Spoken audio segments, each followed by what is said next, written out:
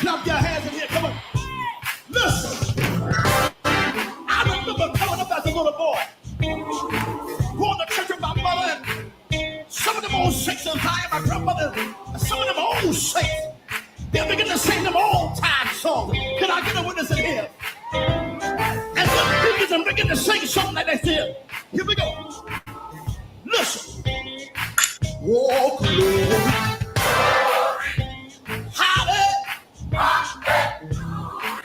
Since I love, my burden, can I get a witness in here? Oh, glory, hallelujah. Since I love,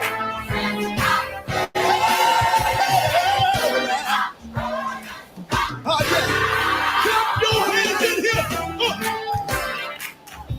I like this other verse right here. Listen, listen here. Oh, I see it here. So much. Since I love, I laid them down.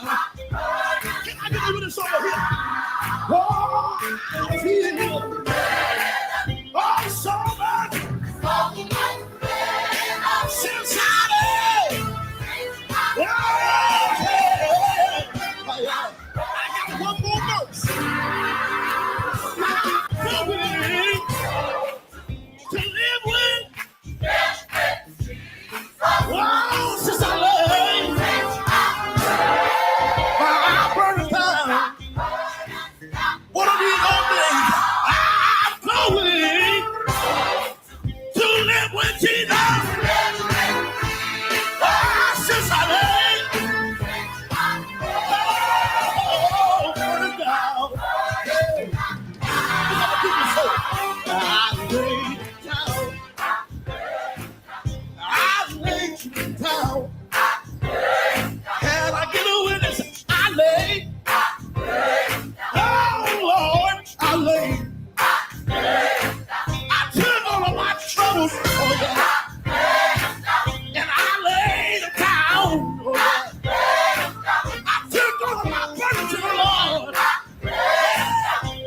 Trouble there. Oh, yes, I did. Can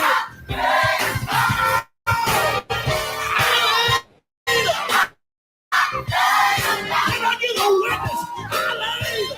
I don't know what you're going through, but you need to lay. All of your problems is laid. All of my troubles, I laid.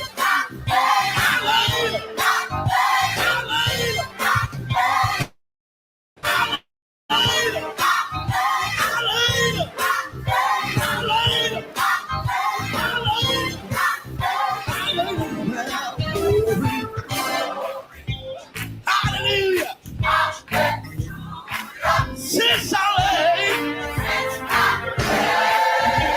my burdens. Oh, can I get a witness? Oh, glory. Hallelujah. Since I laid burdens down. Lift your hand and shout it, yeah. Somebody shout, yeah.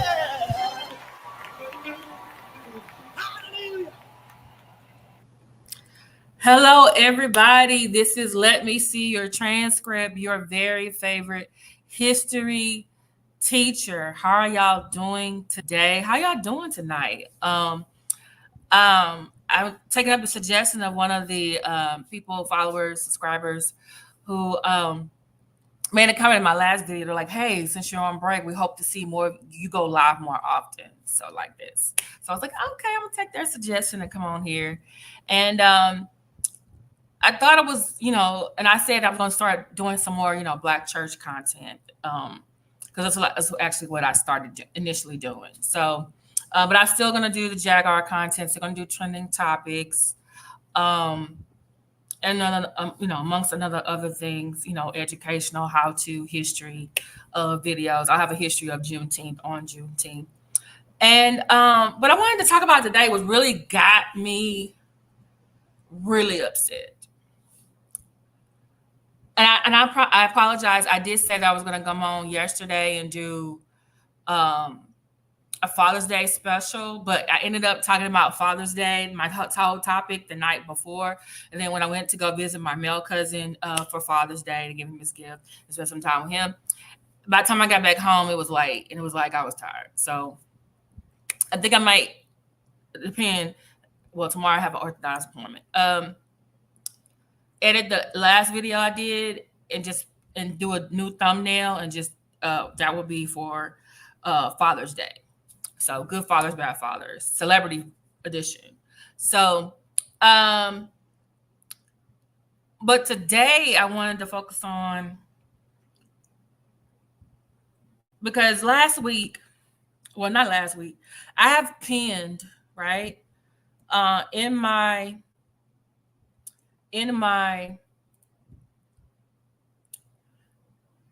I've pinned in my live chat a link to a previous video I did like 2 weeks ago. And it was about Pastor Tony Evans near Dallas. He is the founder and pastor of I forget the name of his church. It's in Oak Cliff, Texas, which is next door to Dallas Fort Worth. Okay. Here's the link as well. Put it in there. And he actually is a mega pastor, like I said, very respected, very respectful. Wife died of cancer. First wife died of cancer a couple years ago. He remarried, like I think a year or two later. He has grown children. He started doing. I first heard about him on the KSBJ, Keeping Close to Jesus, I think it's called. KSBJ was it 105.7 KSBJ, and so he would have his sermons and stuff would be on there. And I didn't see a lot of him on TV. That's just me. But that doesn't mean he wasn't on there. It could have been just a different network, a different channel. But during the pandemic, I did start seeing more of him on YouTube because remember, it was quarantine, can't be in church, so he's coming to YouTube to do it. So I've never heard of a scandal, impropriety, anything about stealing money, anything about disrespecting the members. So when he comes down, it's like he says, "Hey, I'm resigning because due to sin." And I was like, "What's he?" And I'm thinking like, "What did he do?" Which a lot of people are like, "What did he do?" And some people are like, "Oh, maybe he's handing off a scandal." And I thought like, well, maybe it could be. There's a number of different types of sins. It could be the sin of pride. Maybe it could have been a sin of, I don't know. There's a number of different sins. I don't want to like put it on him because remember when people were like looking at TD Jakes with Diddy and it was always like, oh, he was at Diddy parties. And then I did a whole video proving that all the pictures they were showing of him saying he was at Diddy parties, he was never at a Diddy party. Those were other events, And so you can see how conjecture, inference, and some people not double checking their sources, and it just leads to falsely accusing someone of something that didn't happen. So, but nonetheless, I was still just like, hey, I'm going to wait it out. Maybe something's going to come out, maybe not. So here I was thinking like this morning, I see it says pastor, Texas mega pastor admits to inappropriate relationship with a minor. I said, oh, Lord, not Tony Evans. Guess what, y'all? And I said, Lord, forgive me. It wasn't Tony Evans. Hey, Black Anonymous.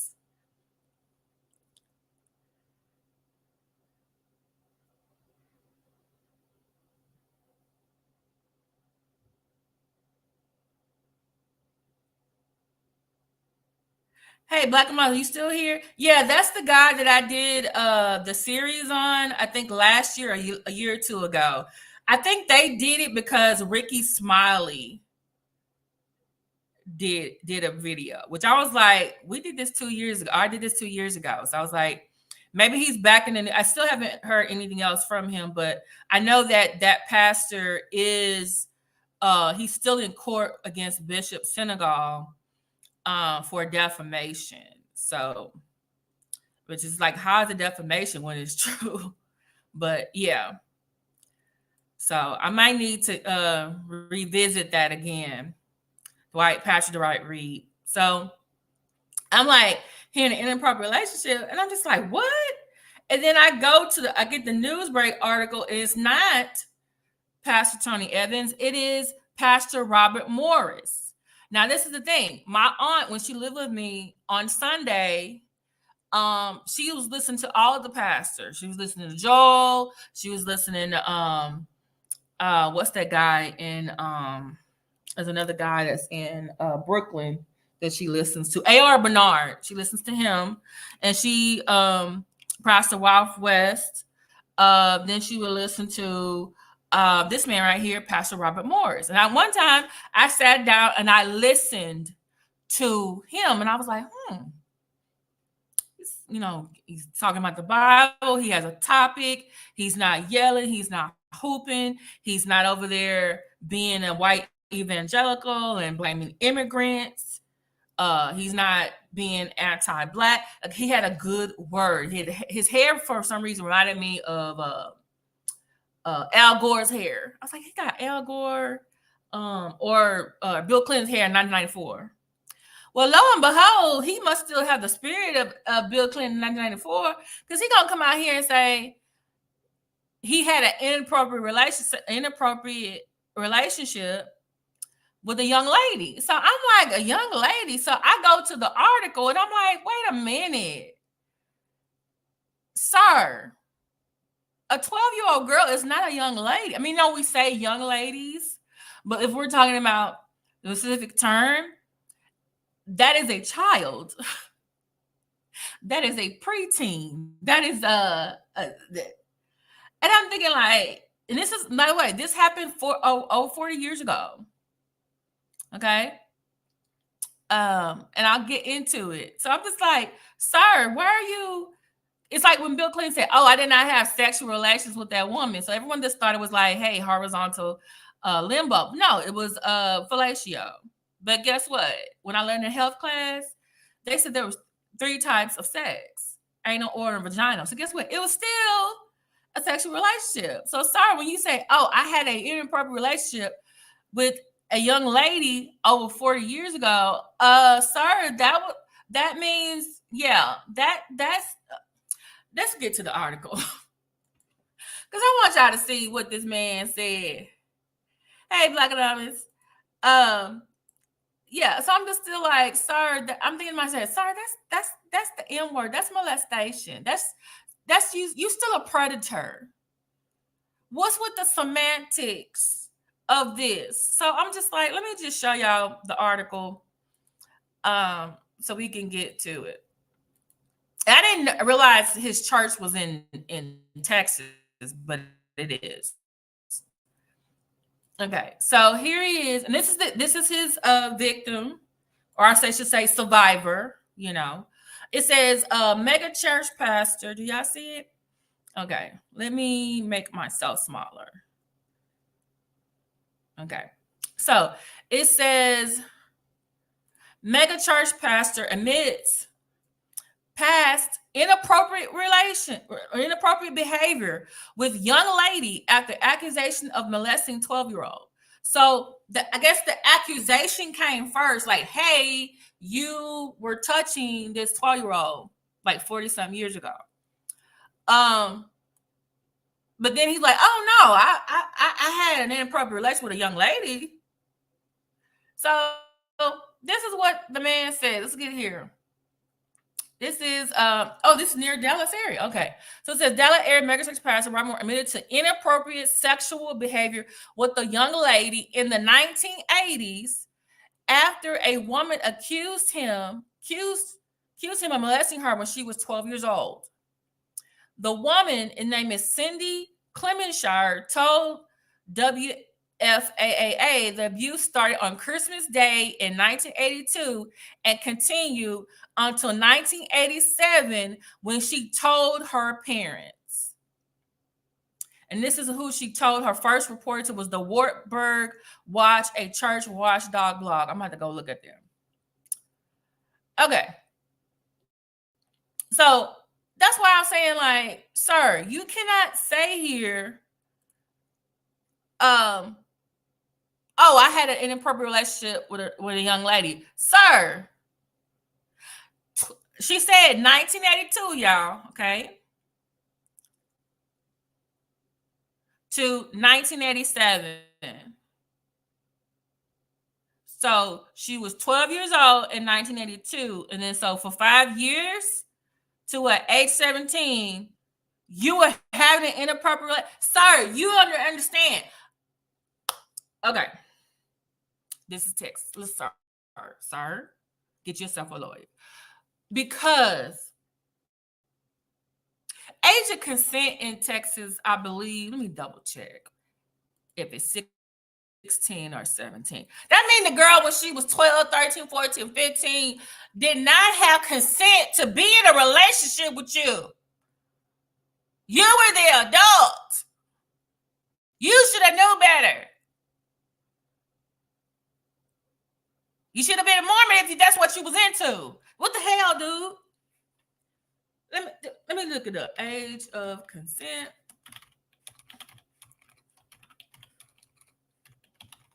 In Texas. Let's do this. And by the way, Texas has a law.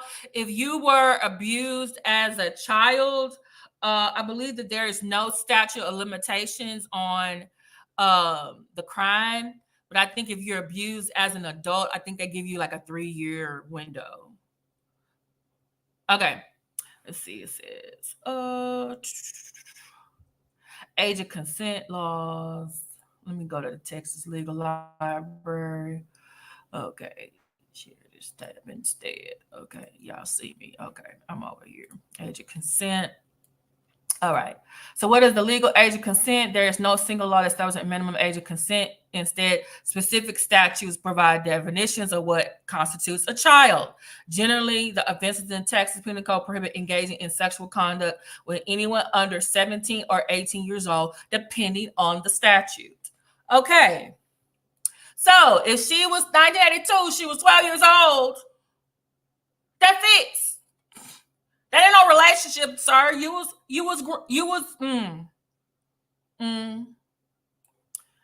Okay. Many of the laws concern whatever the person's age at the time, what if the parties are the similar in age.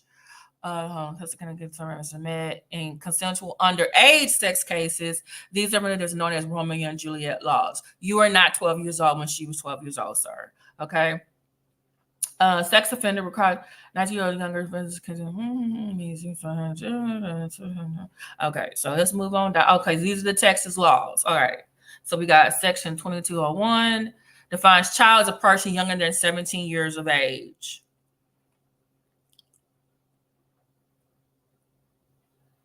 Okay, so the victim was 14 years of age or older. The person can't. Okay, so if it's one person 17, the other person has to be 14 and above. Okay, and that's sexual assault. So if they're under 14, it's going to be sexual assault. Indecency with the child defines child younger than 17 years of age, whether the child is of the same or opposite sex, and regardless of whether the person knows the age of the child at the time of the event. It don't care. Is more than another of the opposite sex who did not use duress, force, or and was not required to register such gifts. Okay. Online solicitation of a minor. Everything is saying under a child, a minor. In those cases, this child is under 17. This one says minor is under 17. Okay. But if they're like high school students, it's giving them a 3-year window. Sexual performance by a child is younger than 18 years of age. Okay. Provides an affirmative is who is not more than 2 years older than the child. Okay, so I guess if it's 16 or 18. Okay. All right. Electronic transmission of certain visual material depicting I guess that's child pornography. 18 person. Okay. So, all right. So either way, we're looking at statute section 22-01 or 21-11. In both those cases, under 17 years of age, that is a child. Section 33021, that is a minor. And so if the age of consent in Texas is 17, sir, Pastor Robert Morris, Pastor Robert Morris. Actually, he's not. From what I read about, he's not a one of those type. Because I actually watched him, Robert Morris, on TV when my aunt was living, and she would watch a lot of the ministers on uh on TV, and I was sitting down there. I was like, "What is my aunt listening to?" And I thought he was, for the most part, okay, because it was like he wasn't doing what Hagee does. Hagee is very much a Christian nationalist to me. I'm sorry. Um, Let me see. The other one here that stepped down in Houston, Dr. Ed Young, who I used to like. Like for more, like if you were whatever you were preaching, theme, Bible, this is what you do, and you have like a series. You were educated. You were informing. You were doing things in your community. I was like, okay, yeah. But then this last year, when he started talking about the immigrants, and I'm just thinking, like, does he not remember that Jesus, Mary, and Joseph were immigrants in Egypt? And so he stepped down, I want to say last month or May. His son is going to take over. He had really expanded the SBC, Second Baptist here in Houston. It has like 6 different it has the main church off of I-10, and then it has different campuses, I guess you say, because Houston is the 4th largest city in the United States, but it also has suburbs. It had a suburb in Kingwood. I think one is in Woodlands. Then there's one, I want to say Pearland, Katy, somewhere else. So it was just like, sorry, why did you come out? Yeah. So now I'm just looking at, and I'm thinking like when he said inappropriate relationship, I'm just like, let's go back to this tab. Okay. Morris is a senior pastor at Gateway Church, a member of the then candidate. Oh my goodness, Lord Jesus. See? A member of then candidate Donald Trump's Evangelical Executive Advisory Board during the 2016 campaign. You was right. You know what? I was wrong. I guess he is a Christian nationalist. White evangelical Christian. I spoke too soon. He's gonna say it lasted several years. Okay, so this is what he said. When I was in my early 20s, I was involved in inappropriate sexual behavior with a young in a home where I was staying. Oh, so you was a guest? It was kissing and petting, not intercourse, but it was wrong. This behavior happened on several occasions over the next few years, the pastor said in his statement.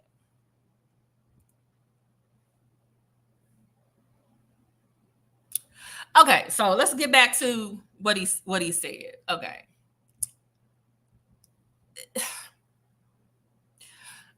By the way, if you are in need of resources, if you are a victim of child abuse or child sexual abuse, please email me and let me know. I will help you get some resources. Okay. All right. Do I have a banner with that information on there? Do I? Maybe not. All right. I thought I did, but I guess I don't.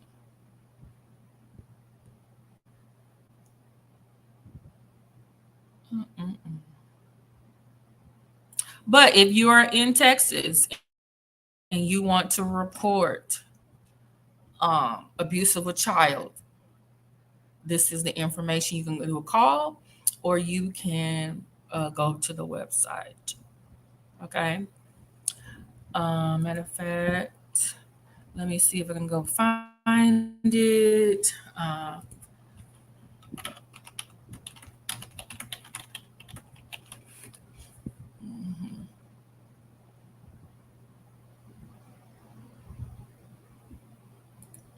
Okay.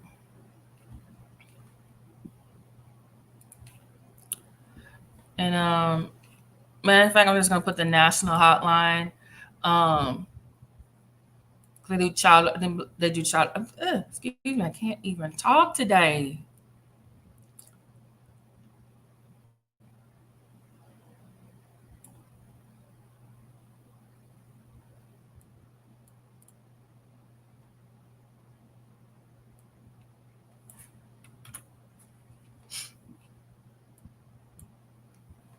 Okay.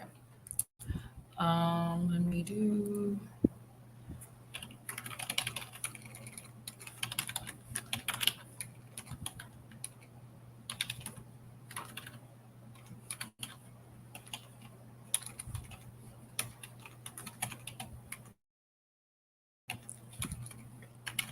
I'm going to put it as a National Sexual Assault Hotline, or you can go to their website and you actually can do what's chat. What is chat support?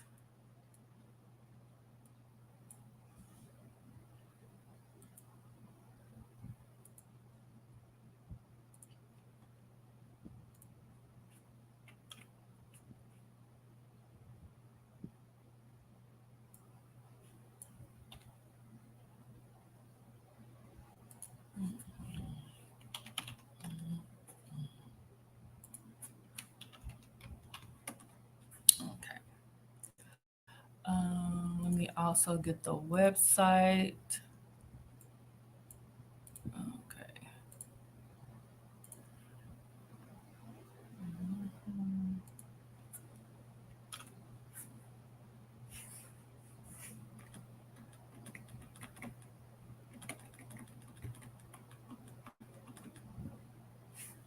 Okay.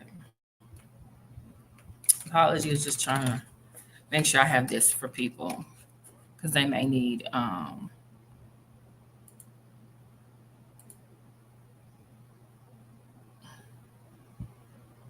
they might need help.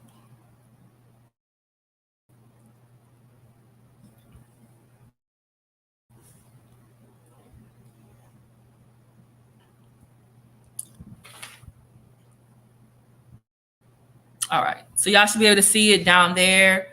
Um, yeah. So you should be able to see it. You can call or do the online chat if you are in need of resources, whether minors or um, adults.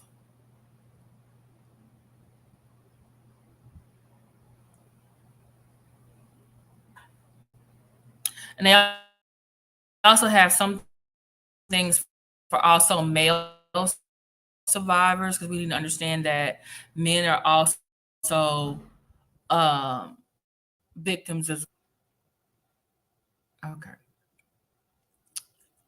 All right. So, but yeah, Pastor Margaret Morris, sir, you said he said it was an inappropriate relationship with the young lady, and you were staying with her family, and you said it was just kissing and petting. Now, let me just explain something. Because you're making excuses, sir. You're making excuses. And I've taken a lot of uh when my church, Catholic church, had our scandal, we had to go through a training. Um once, we got, I guess after the first wave, first or second, I think after the first wave of the priest, and also there's some nuns, by the way, FYI, sexual abusing children. Then the church was like, because initially the church was like, oh, y'all lying on the priests. And then after that, they were like, oh, y'all not lying on the priests. And so then they were like, okay, we need to correct this, and we need to get everyone trained so that we can protect children. Because before it was like, oh, these people they're predators, they're doing these things to children. And then it was like, oh, but y'all knew about it, and y'all did not make the place safe for the children. So that when we got training to work with the children in our community. So if you were like over the youth choir, the youth ushers, the junior knights, junior daughters, that was like their version of, they were like, what do you call it? Like, have the Knights of Columbus. Well, we had the Knights of St. Peter Clay because we were a Black church. So there was junior knights and junior daughters. So you needed to have this training. So one, like, hey, when you have meetings, make sure that classes that are not being, or rooms that are not being used, their doors are locked. Don't make the environment easy for a predator to use. If you could have two, we had what's called, we say, y'all say Sunday school, we say RCIA, and we would have it on Sunday in the morning, or we would have it on Saturday.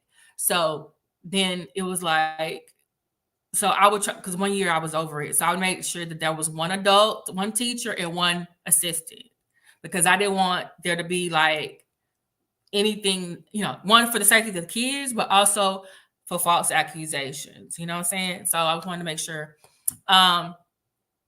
Even one time I had to meet with a student, and even the pastor was like, "Hey, I need you to come with me in this meeting," because he didn't want, one to be accused, but also, so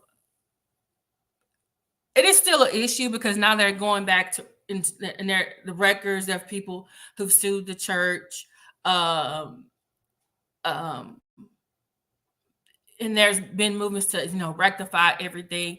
But now the other churches are now getting spotlighted. So the Black churches, okay, for the most part, a lot of them in the Kojic church, a lot of the non-denominational Black churches. Now we get into the white Southern Baptist Convention churches, because everybody kept saying, "Oh, it's the Catholic structure is contributing to these priests just getting away with it and just being moved." Well, in the SBC church, they're mostly basically a group, a large body of independent Baptist churches, and no one is from the top is fires. The congregation decides who their pastor is. So if a pastor is doing something inappropriate, well, y'all fire them. Well, guess what they're gonna do? They're just gonna go find another Baptist church and hire them. Now, what they should do is do a background check with that other church, and that other church should be truthful and say, "Hey, this is what happened over here," But yeah, so it's, or they're doing what's called pass the trash. And there have been some school districts guilty of that too. Like a teacher did something wrong in one school district, and then they went somewhere else, and you really didn't like warn the other people, like, "Hey, this is what happened," you know.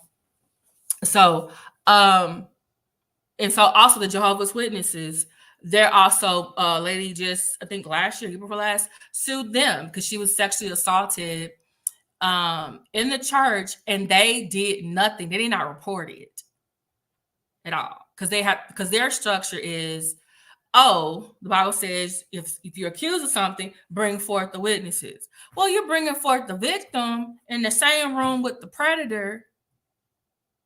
What you think? Do you not understand how that may hurt the victim? So they got to deal with that. Even the Church of Scientology, a lady is suing them. Well, remember Danny Masterson? He's in jail now for basically sexual assaulting 3 women, and it's believed that the Church of Scientology helped to cover that. Okay, we even look at the fundamentalist Mormon churches with polygamy. A lot of their leaders have tons of wives, and they keep getting younger and younger.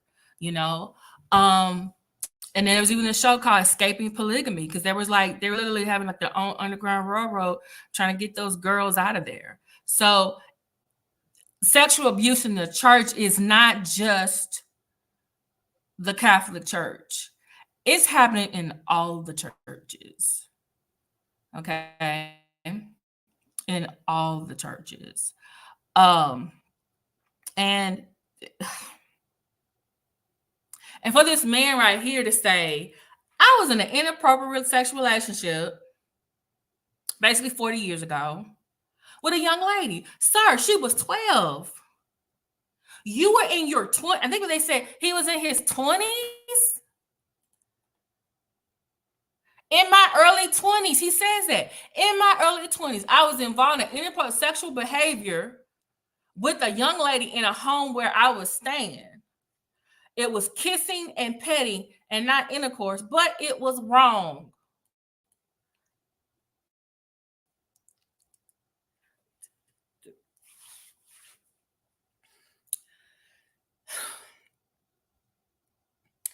most states, and also depending on the state, there are certain things that qualifies molestation, sexual assault, and rape. Okay. Molestation is anything you being touched outside of your clothes, like touched outside of your clothes, okay? Or they making you touch them outside of your clothes, okay? But it also can be touching you underneath your clothes or having them touch you underneath your clothes. That's molestation. Or making you touch someone else, either another adult or another child, underneath your clothes, on top of the clothes. That's molestation. So when you say, oh, petting, okay, that's molestation, sir. Where's your lawyer? Just, I'm tired. I,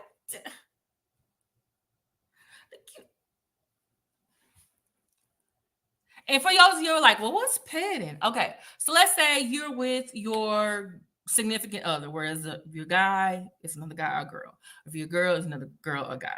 So let's say you and your romantic person or your partner or your girlfriend or boyfriend or someone you dating or your spouse, right? Husband and wife. And y'all on the couch, y'all Netflixing and chilling, okay? So y'all watching a movie, y'all drinking, and then y'all snuggle up against each other. Okay. And all of a sudden they start kissing you on like behind your ear, behind your neck, and they start rubbing you. And then all of a sudden they start rubbing your thigh or rubbing your leg or rubbing something else. Okay. That's what petting is, y'all. Okay. That's what petting is. So him saying he was in his early 20s and this girl was 12 in 1982, kissing and petting. And the age of consent in Texas is 17. So we just read over here. Let's go back over here.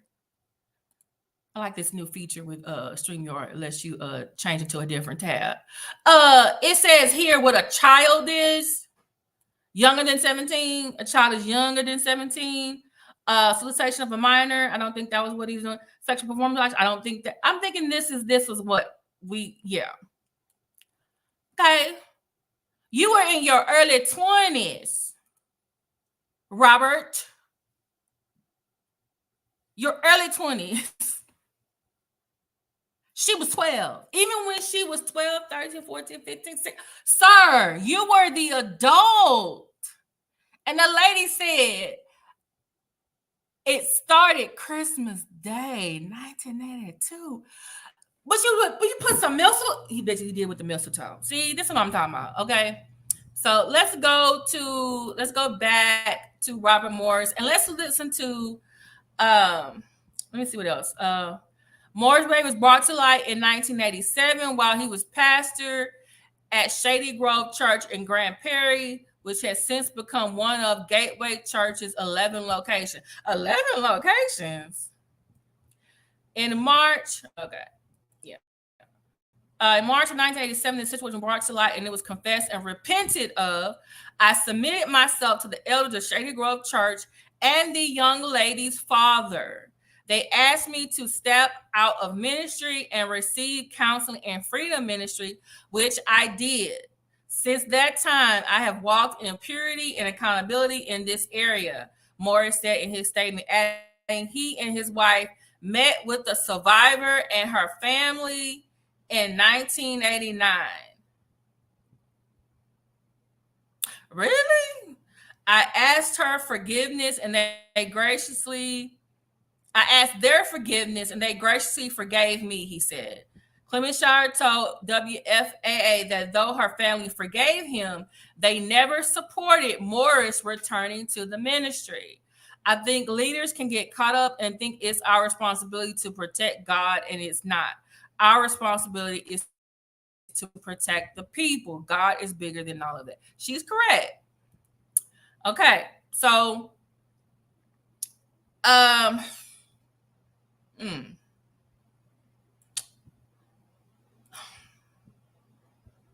So 1982 to 1987, they made the church aware, which was good. The church, the elders was like, we heard what you did. You just sit. They sat him down. They told him go lay down. He did. He laid his burdens down, and when supposedly, according to this, got um received counseling and freedom ministry. What is freedom ministry? Is that which he said he did? He did step out of the ministry and he got counseling and freedom ministry. So is that like Christian counseling and then like personal counseling? Okay. Um, and then he said he asked him and his wife, I guess when he got married, asked him and his wife to they forgive him, and he said they did. So okay. But sir, on in the state of Texas, the DA could still bring charges against you. She was a minor at the time, under 17.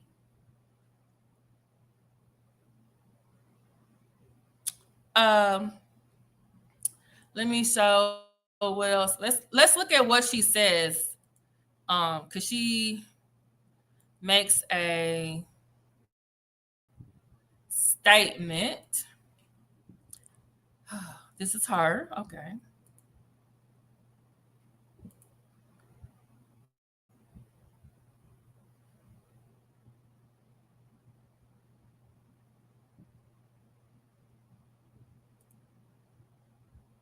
Can y'all see it? Okay.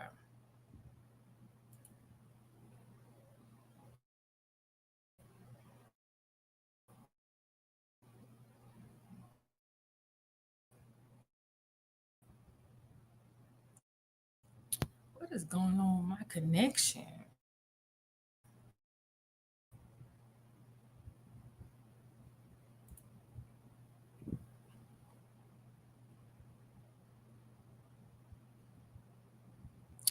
Am I going to get an internet cord?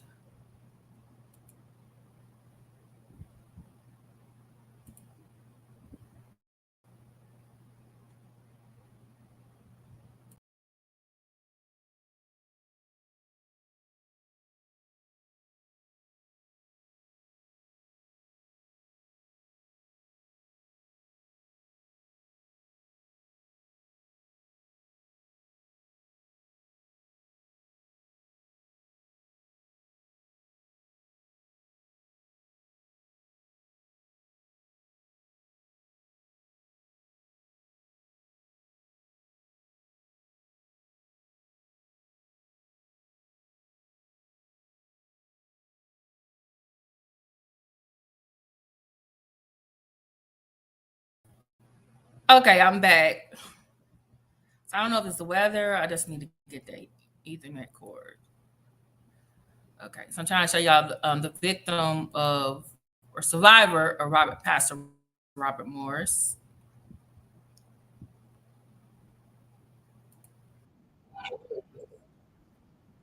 You were made to track flight prices to paradise. Robert Morris is the senior pastor at one of the most prominent mega churches here in the Dallas. Okay, why is it not? Okay, y'all can see me now. Is everything okay? Okay, so this is, let me do my, whatchamacallit, rock of ages, live for me, let me high.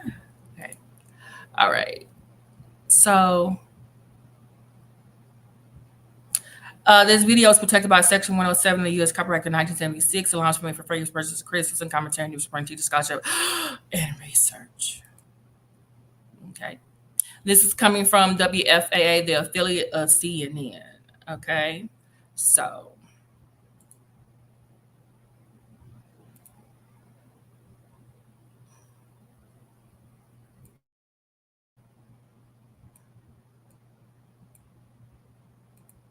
area, Gateway Church in Southlake, Texas. And according to Cindy Clemenshire, who spoke with the Wartburg Watch, which is an evangelical church watchdog group, she details that back in the 1980s, she was sexually molested by Robert Morris for almost 5 years. In a statement, the senior pastor Morris has said that when I was, quote, involved in inappropriate sexual behavior with a young lady in a home where I was staying. It was kissing and petting and not intercourse, but it was wrong. This behavior happened on several occasions over the next few years. He also goes on to say that he was confronted by the family and went into what he described as freedom ministry and counseling for several years. And then goes on to say that since that time, I have walked in purity and accountability in this area. It's important to point out that what the pastor describes as inappropriate sexual behavior is actually criminal sexual molestation of underage, a girl who was 12 at the time and not able to give legal consent. And also he describes her as a young lady. You should point out that Cindy Clemenshire was 12 years old at the time. She spoke with CNN affiliate WFAA about this. Mm-hmm. The story is gut-wrenching when I read it on paper, and I've been sharing for years. So it just happens to be God's time, I think, for it to come to light. He didn't come forward and confess. He was turned in. And when someone's turned in, I'm sorry because they got caught, or they did.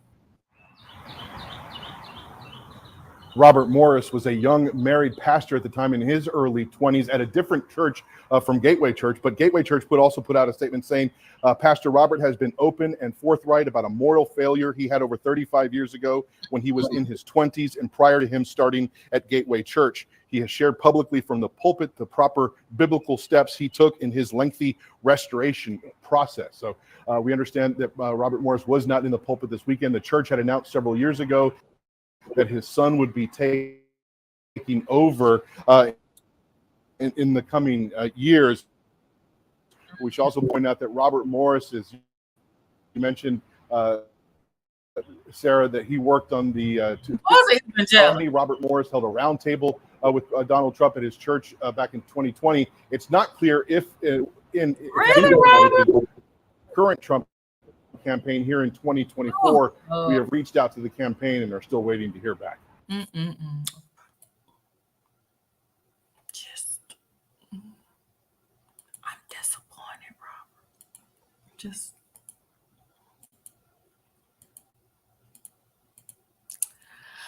y'all. Just, I feel like I've been hoodwinked and bamboozled. Just like you. I remember some people, the ministers supporting Donald Trump. For some reason, I don't remember him. I remember Paula White. I remember some other. I just don't remember him. This is the thing. I need to look up their blog. It said that she went to an evangelical blog watchdog group. So I'm like, oh, they have. So basically, the evangelicals are mad at him. They are holding him accountable. All right. I'm gonna have to go on that website because oh Lord. Just, I mean, he wasn't in the pulpit this last. Yeah, rightfully so. Go lay your burdens down. Go sit down. Lay down. Robert. Why you and R. Kelly got the same damn name? He was in his 20s. And like that man said, I'm so glad that man said it. He said, well, under Texas law, that pitting is still molestation. Because she was under 17. Just like, dude. Robert, I hope you don't have no more victims. You shouldn't even have that victim, but still, I just hope it ain't more because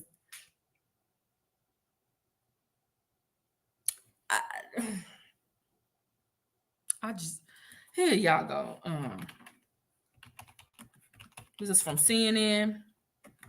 If I get some more information on this, I will definitely come back because I'm just like, sir.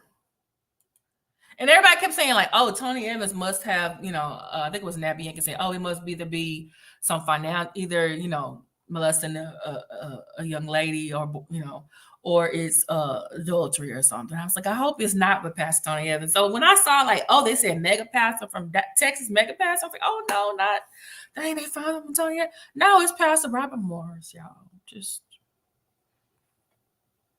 there y'all go. Just go lay down, lay your burden down, and I hope and pray his victim, his survivor, she gets justice. And I kind of wonder, like, when she finally told her parents,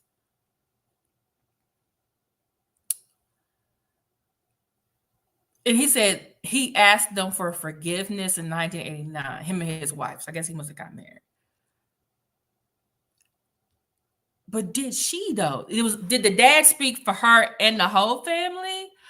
Because I'm wondering, like, how when your parents, they make decisions for you. Sometimes I'm thinking to myself, why would this lady be talking now? I'm thinking like, okay, maybe they reached out to her, or maybe she went somewhere where she thought like, hey, I got therapy, I got this, I got that, and I can finally come out and say this. And this man is still in ministry. I'm still concerned, So I'm just like, maybe she never got to say what she needed to say, or she never got her, what I'm saying? She never got her justice. So I'm just like, I hope she gets justice, peace of mind. Because Christmas Day, I bet you was, what's the little thing that they be kissing under? I bet he did that. I bet he did that. Nasty self. All right. So let's go to our next pastor, who is being basically told to lay down. All right. Robert Morris, you need to go lay down. Go lay your burdens down. Lay down. Okay. In case y'all forgot, y'all know me. Let me put it here. Robert Morris. Y'all hear Boris snoring?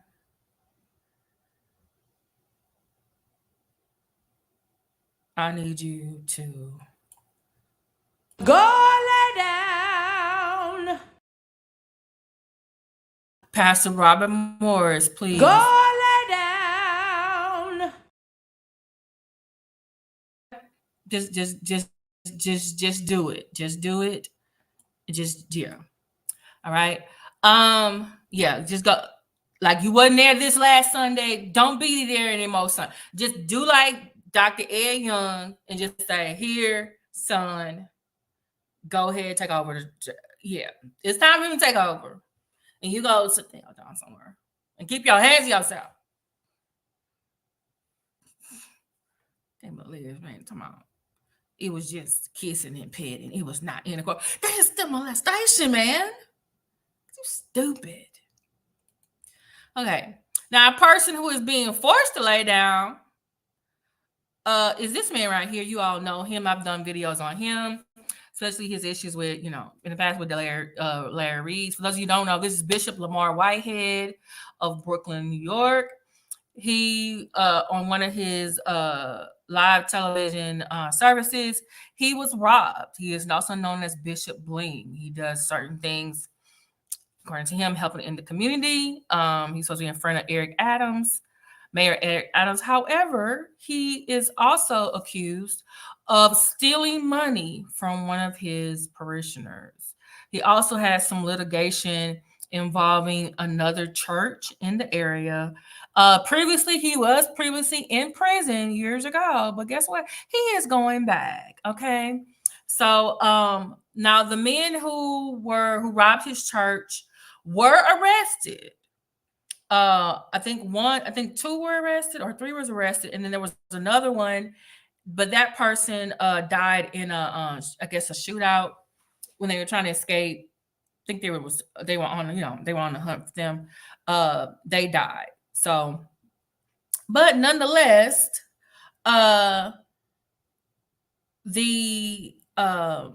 his victim was able to, press charges. Oh, by the way, remember, he also had an incident where a lady came to his church and was walking towards his wife, and he felt like she was going to attack his wife.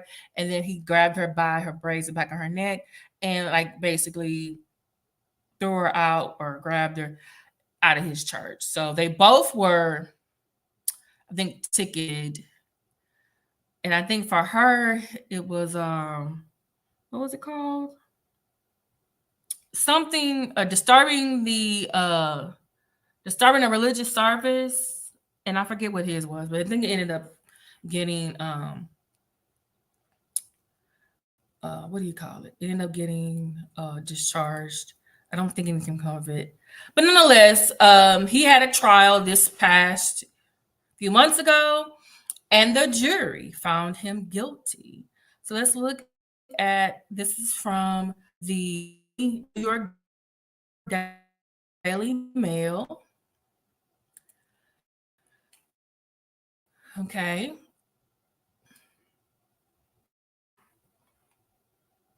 Can y'all see it? Oh, let me take this off of here.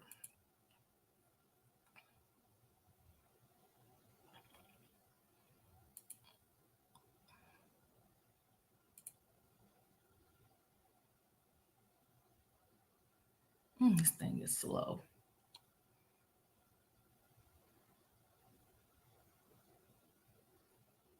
It's doing that thing. That thing, that thing, that thing. That thing, that thing, that thing.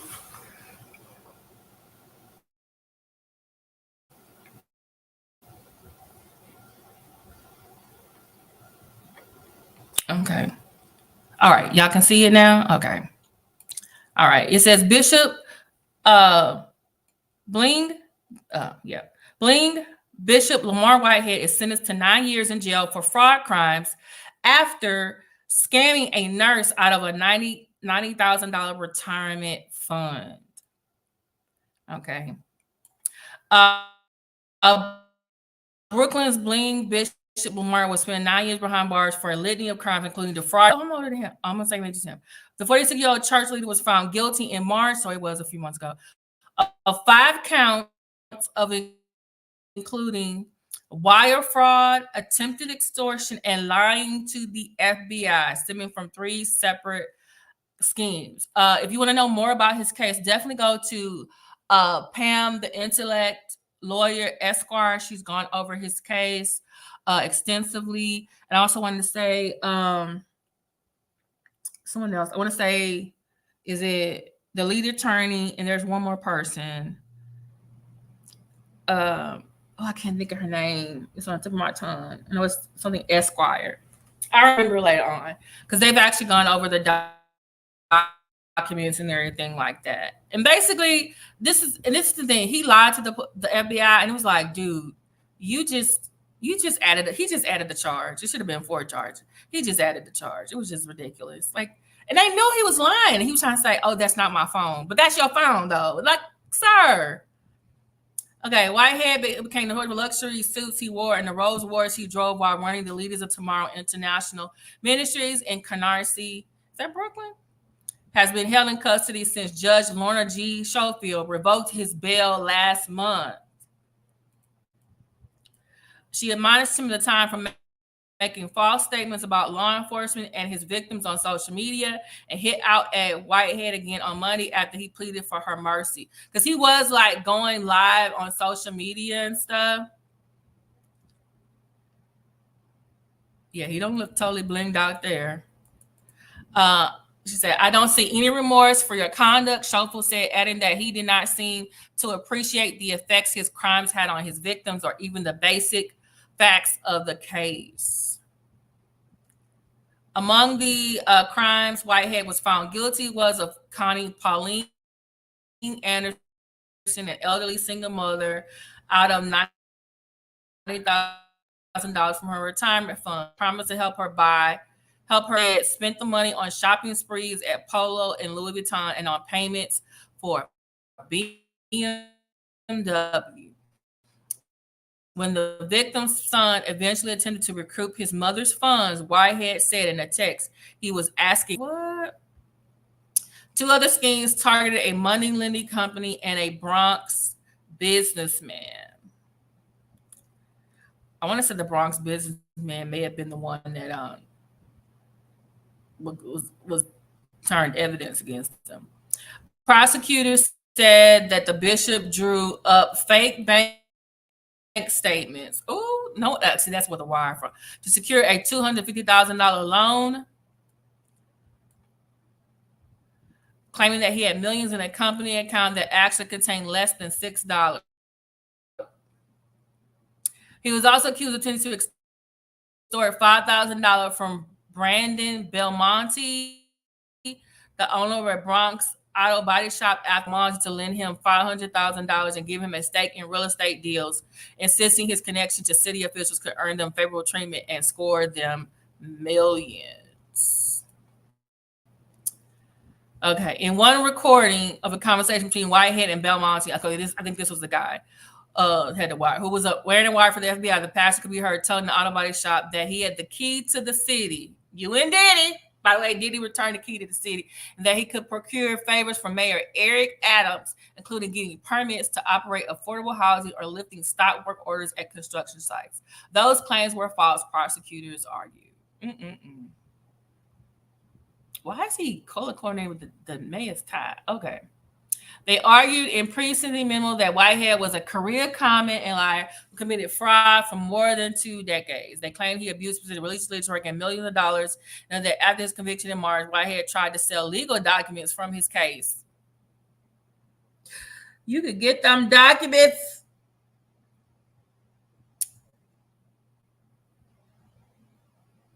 At the New York uses not Pacer. They use, or is it Pacer? Either Pacer or Unicourt. You can get them documents on. What are you trying to do? Patreon or something? Sir.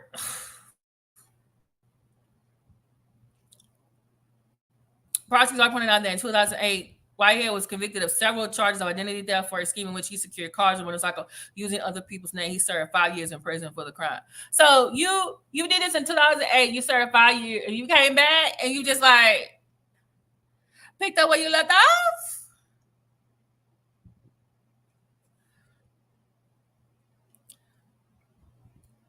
I wonder if this lady's gonna get her money back though.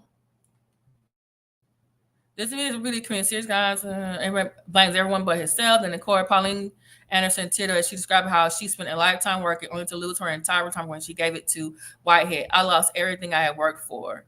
Adding that Whitehead broke my spirit, my heart, my spirit, and my soul. Her son, Rashid Anderson, was once an acolyte. Whitehead also said his mom was a hardworking single parent from Jamaica who helped support many relatives, always putting herself last. I was used and taken advantage of. Because of that, I have to see my mother suffer because of Lamor Whitehead's deceit. Okay. Bishop Whitehead. His church is small, y'all. But Whitehead's defense attorney said he should be freed immediately on supervised release. His attorney, Don Florio, argued he is a man of faith who had done charitable work and was even sought to go into public service, the Brooklyn Borough president. She pointed to numerous letters from parishioners at the Leaders of Tomorrow International Ministries praising Whitehead and argued he may have PTSD from a caught-on-camera robbery while he was giving a sermon 2 years ago. What does that have to do with him frauding this lady? That happened before him getting robbed on a sermon. 2 men have since pleaded guilty to the robbery and are due to be sentenced in August, while a third man who was charged in the heist died in a shootout with U.S. Okay, so it was 3 guys and not 4. Okay. So you and the people who victimized you, y'all both gonna be in jail. All y'all gonna be in jail, basically. Okay. Meanwhile, Whitehead pleaded with Jeff Ladder, highlighting his work in a poor community in Brooklyn. He mentioned several policemen. He said he worked on gun buybacks, youth program, untold turkey giveaways. I'm a pillar of the community. Your Honor, I'm an honorable man, and my children need me. Allow me to be the poster child of another chance. Oh, he's a slick with the words, isn't it? But Schofield, Sticks agreed, argued he did not take responsibility for his actions and sentenced him to 9 years in jail with 3 years post-release supervision. Outside of court, Rasheed Anderson said he hopes court will order a longer prison sentence, but added that he hopes the sentence will lead to his mother recovering her unearned money. Even a traumatic event for all of us, he told the Times. This is our first step toward closure. Okay, the judge laid him down last week, and he about to be laid down for another 9 years. He deserves to go there. I loved him when he was giving Larry Reed the business, but he deserves to go there. Now, my friend disagrees. She thinks he had his own church. Rob, I think that he owed somebody some money, and they went there to rob him to get it back. That's what I think. So that's what I believe.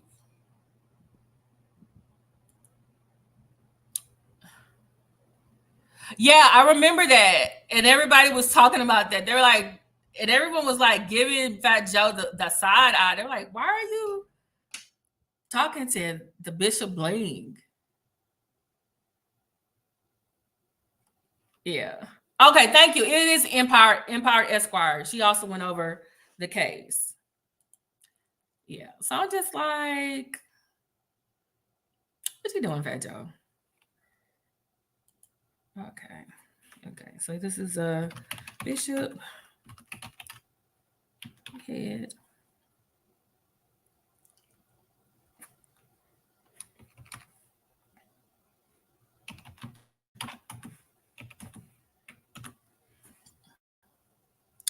All right. There you go. And I want to say last but not least, but we need to talk about this man right here. His name is Paul Pressler. Yeah, what is going on with my internet connection?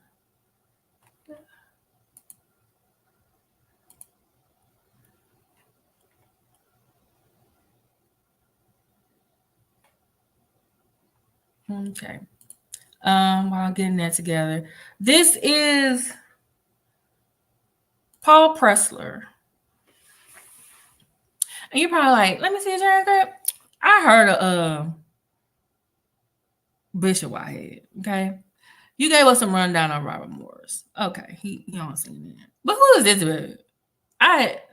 His name don't sound nowhere familiar though. Okay, so ladies and gentlemen. Okay. So this man is Pastor Paul Pressler, and like I said, I get a lot of news alerts, and so this man is actually used to be very influential in the Southern Baptist Convention Church, or the SBC.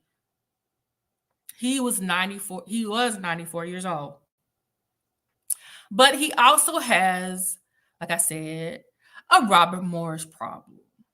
Okay. And he also used to be a judge as well. Okay.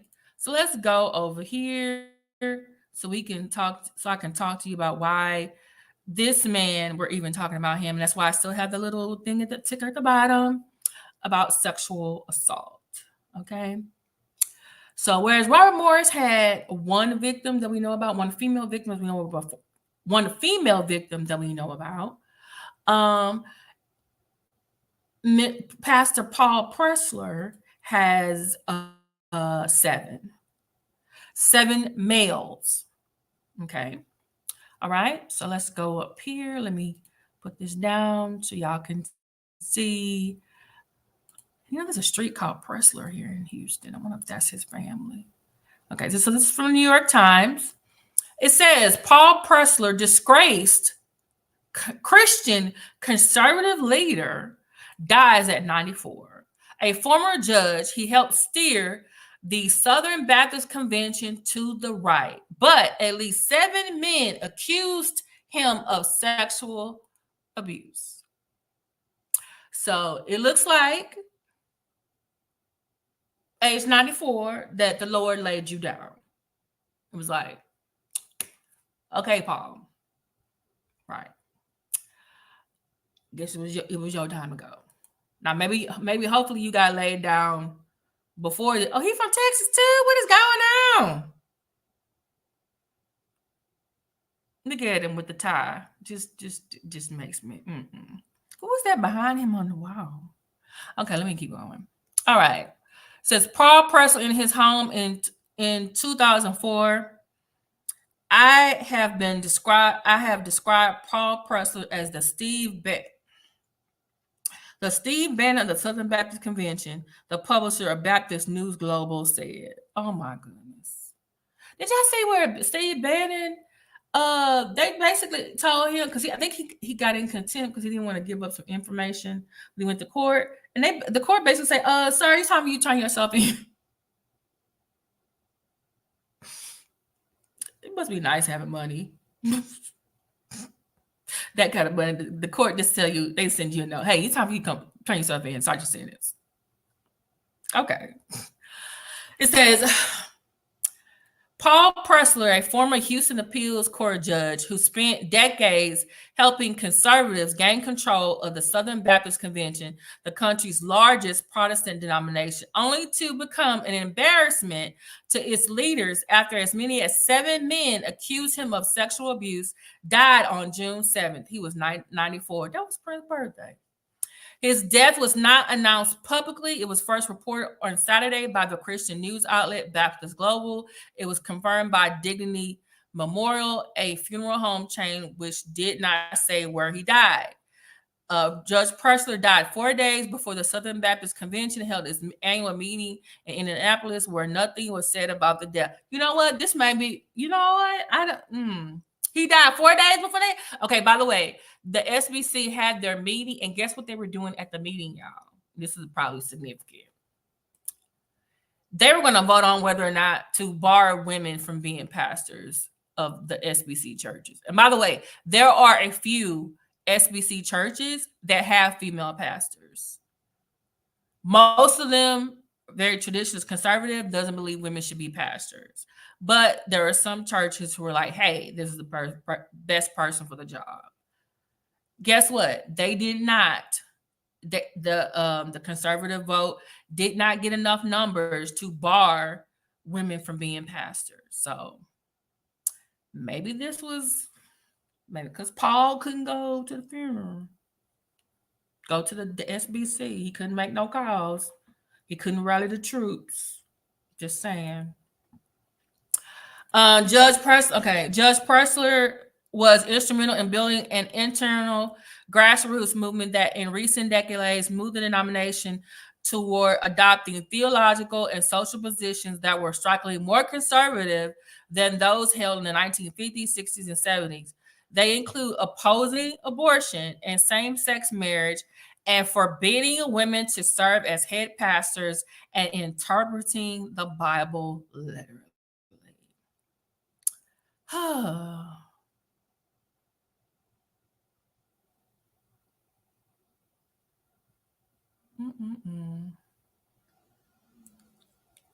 Let me scroll down.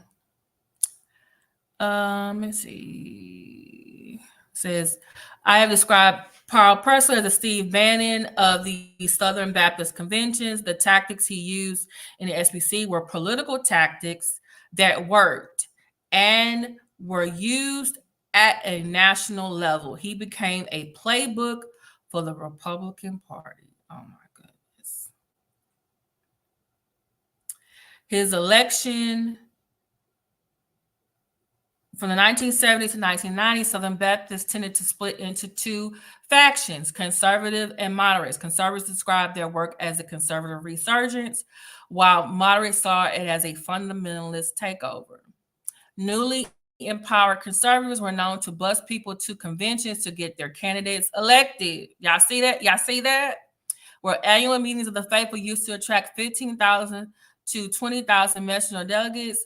The one in 1985 in Dallas attracted more than 40,000. Many moderates left the convention in 1990 to form the Cooperative Baptist Fellowship, the CBF. Okay.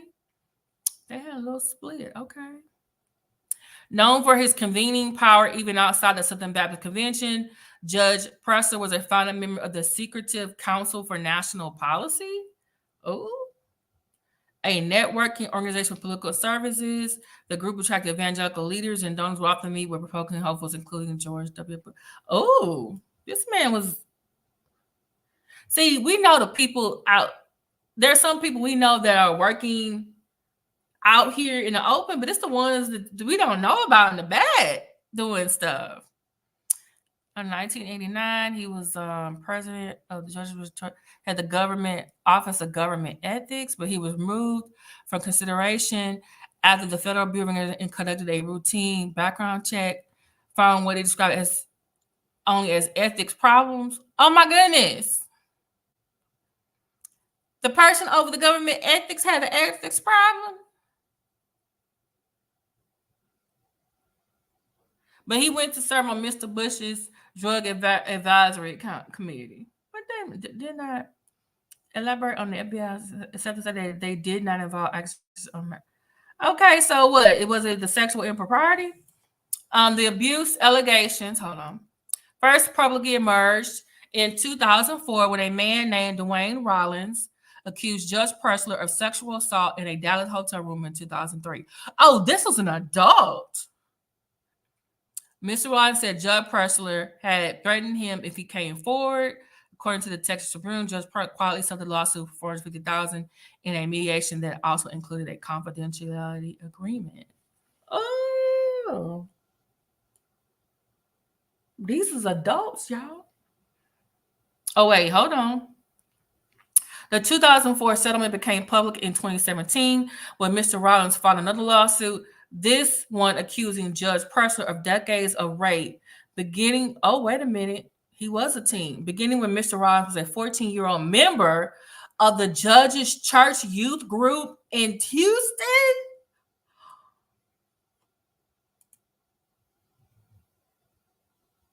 What?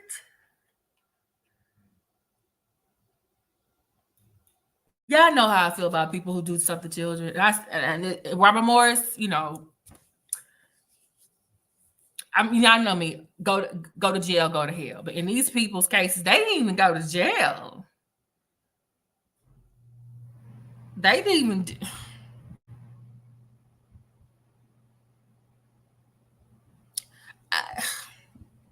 I think Robert Morris' case is like 50%. At least the church kind of held him accountable, but he's still out here. But this. Well, how old was the man in 2004? 2004. I'm just like, you know what? The Lord got him out of here before they voted on that. You know what? Maybe he was, you know what? I don't know. That's the Lord work. You know what? I don't know. Oh, the allegations were investigated by denomination officials as part of the larger investigation of how the Southern Baptist Convention mishandled sex abuse cases in the past. The convention, which was also named in the 2017 lawsuit, settled with Mr. Rollins out of court for an undisclosed sum in 2023.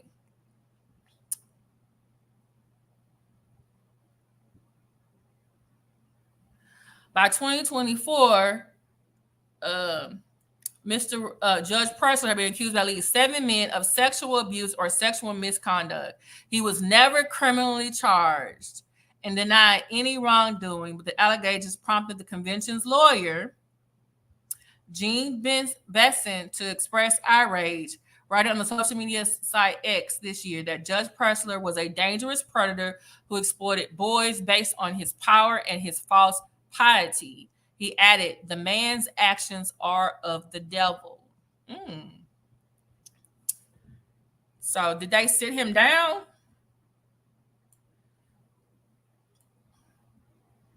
So basically he settled out of court so they wouldn't give allegations, because technically if they were all young men, like the other one was 14. As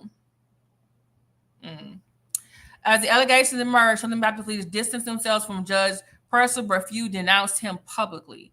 That muted response reflects a challenge they face: how to show their revulsion over the allegations while finding a way to celebrate what Judge Pressler had championed through the conservative resurgence.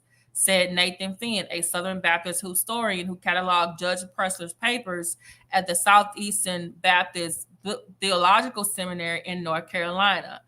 I'm not sure there's a conservative resurgence if he wasn't there to channel it into a movement. It needed at least one person in the room who is a strategic thinker who understands grassroots movements. But he wasn't practicing what he was preaching. He's a hypocrite. How you gonna be against same-sex marriage, but you over here same-sex relations and stuff? And there are men who would want to have that with him, but he used his position to go after young men. 14 years old. That is under 17. But Mr. Finn said questions ran whether conventionally understood Judge Pressler's darker side. Were there rumors? Were there red flags? When did people know? I wondered that. What have they done since then to make sure that the young people in the SBC are not falling victim to this? Are they getting some type of training if they're going to work with young people? Oh, his middle name is Paul. His first name is Herman. Herman Paul Pressler III.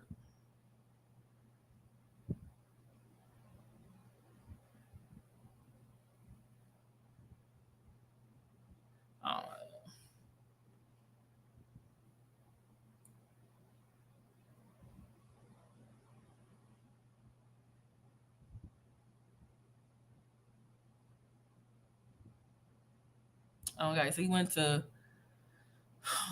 Phillips Exeter. Then he got a degree from Princeton in government. He went to the Navy ROTC, a law degree from the University of Texas. Oh, there's a building named for his great-grandfather there. Oh, he served as a Democrat in the Texas House of Representatives from 1957 to 1959. In 1959, he married Nancy Avery, who had just graduated from Smith College in Massachusetts, and who shared his concern about liberalism in the churches she had attended. Did they have any children? He was a district judge from 1970. This is really like this man, 94 years old. Look, think about all the stuff that he has affected. Not only in the SBC, but in the district judge. Like,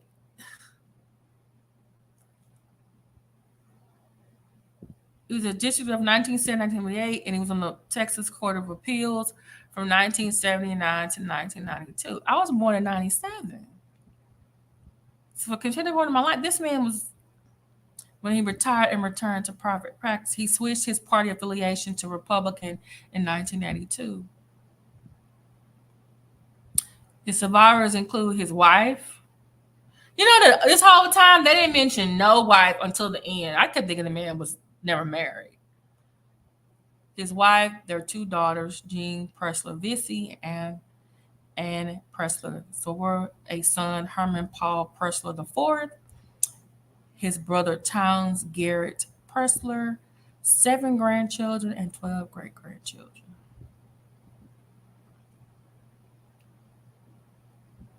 I hope he didn't touch his kids. I'm sorry. I don't trust this man. Like, you are out here spearheading the conservative movement. You were married with children. You are a conservative representative. You are a judge.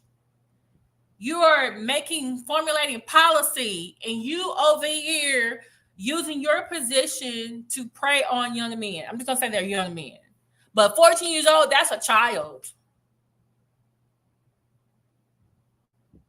And the fact that you got 7 grandchildren, 12 great-grandchildren, you had children your own, I wonder if they were affected. Did you touch any of their classmates? Nieces and nephews, your own kids?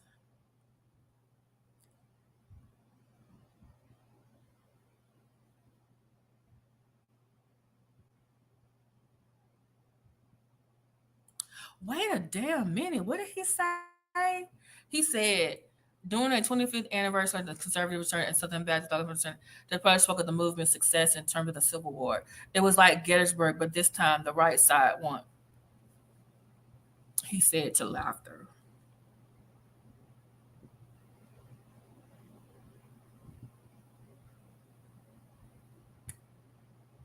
Lost cause ideology. Battle of Gettysburg, the Union won. So this Southern man, conservative man, saying, "Oh, basically the SBC becoming more conservative was like the Battle of Gettysburg, but this time the right side won." So that means he wished the Confederacy had won. You know what? I'm tired. His views were distressing to some, including Dwight McKissick, a Black Baptist pastor in Arlington, Texas. I thought he had philosophically about the inerrancy of Scripture. In hindsight, was it a cloak to control women, a cloak to control racial inclusion, a cloak to conflate political conservatism with theological conservatism? We had a problem at the root. Yeah. Oh, he marked Wingfield, not Winfield.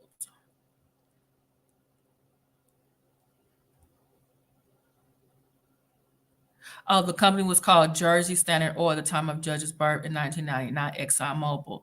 It changed its name to Exxon in 1972 and became ExxonMobil and emerged in 1999.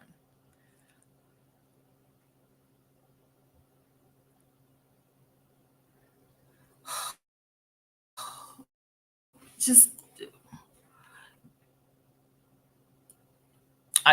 did the Lord just say, "Okay, it's time to come lay down, Paul. We don't need you affecting the vote." But he said 7? 7. 1, 2, 3, 4, 5, 6, 7.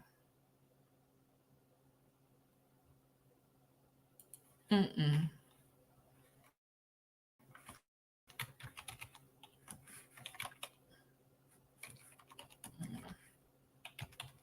I wonder if that Pressler Street building is over there. Is that his family? I think I should check. Because I'm concerned. Like you out here, wife, kids, spearheading conservative movement. You out here. This is the thing. If he was on a download, there are men out here that would have been in a relationship with him or just do something for sex. You were like,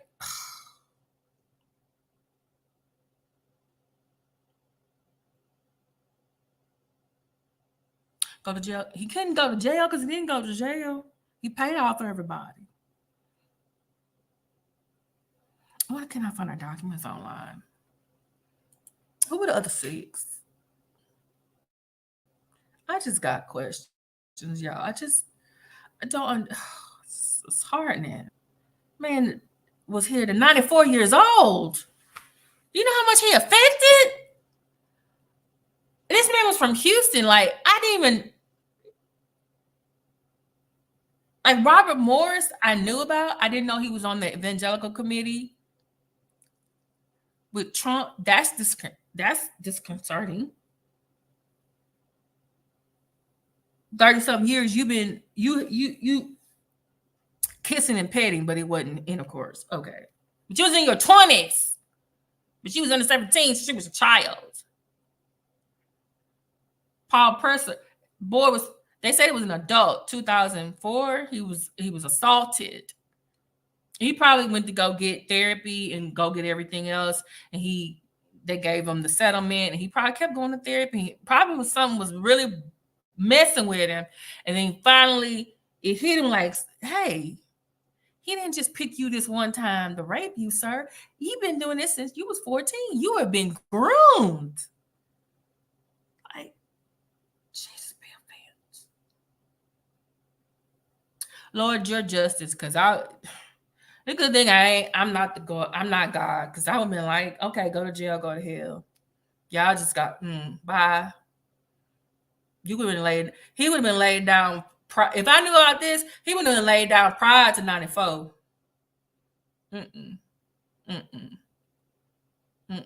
This is, oh Lord, oh my goodness.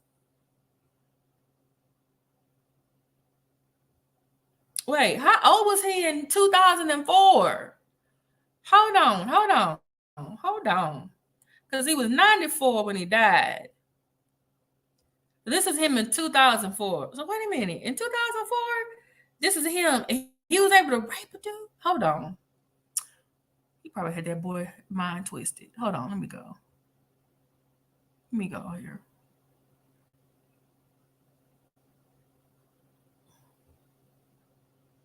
It said it first emerged publicly in 2004, but he was accused of sexual assault in the Dallas hotel room in 2003.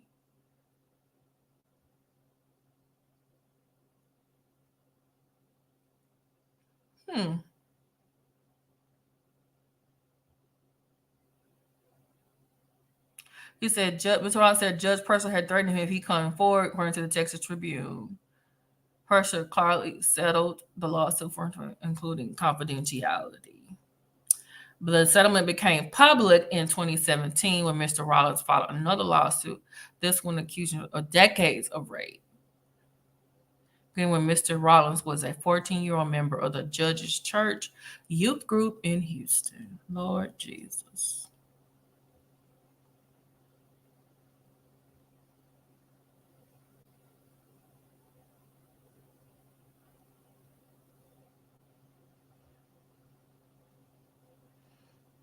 Oh, he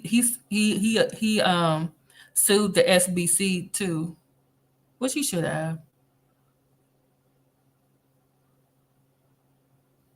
At least 7 men.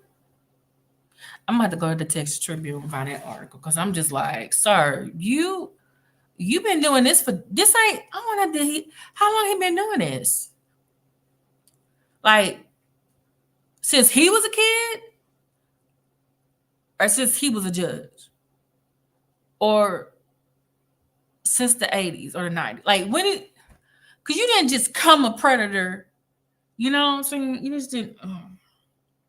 Fix it, Jesus. Help us to learn from these mistakes. We can protect our children and protect ourselves. This is ridiculous. Oh, Lord. Let me put this in here. If you are a male,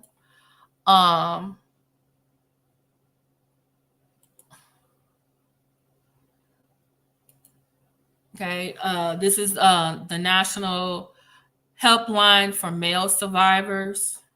I'm gonna put that in the chat. National Helpline for Male Survivors. Oh, Lord Jesus.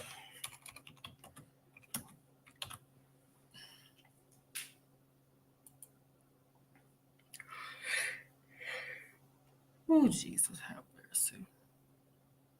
I hope his victims get peace, justice. Okay. National Helpline for Male Survivors. Oh, Jesus. Fix it, Jesus.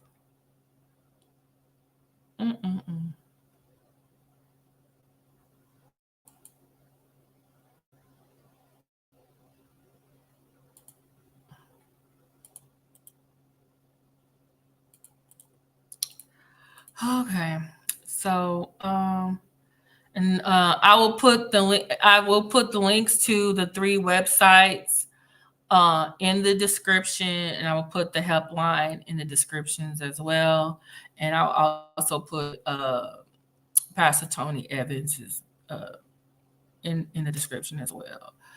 Oh Lord, I might need to go watch something funny because this is heavy. I don't know about y'all. I'm an empath, and so I just, it's just, I'm just feeling it like it's like, I want to beat them up. You know, I can't beat them up because I feel like, it's like, y'all hurt kids that I, near the age that I teach at. And it's just like,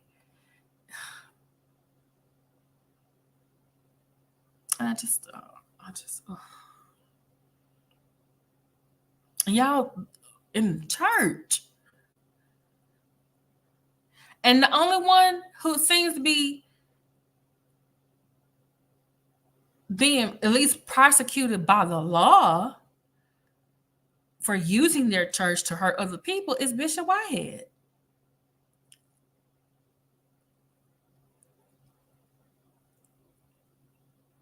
And just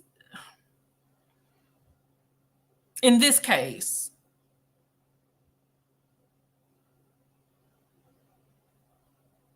I'm just y'all. All right, y'all. This is Let Me See Your Transcript, your very favorite history teacher. Thanks for listening to me. Thank you, those who are going to watch the replay. Please pray for the survivors, victims of these three men, because this may not only have shaken them emotionally, mentally, but also spiritually. You were supposed to be in a place where a leader was representing, teaching you about God, and they used their position to prey on you. I mean, that could really shake someone's faith, you know? So, all right, y'all. I will talk to y'all later. Y'all have a great night.